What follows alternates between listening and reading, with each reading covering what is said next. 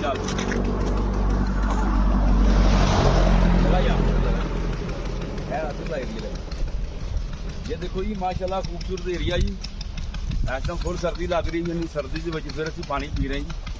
पानी पीना जरूरी है ना नहीं तो तुम्हें पता है खून गाढ़ा होना शुरू हो जाता है देखो जी हिट गया ये काम होते सही आया वो चलो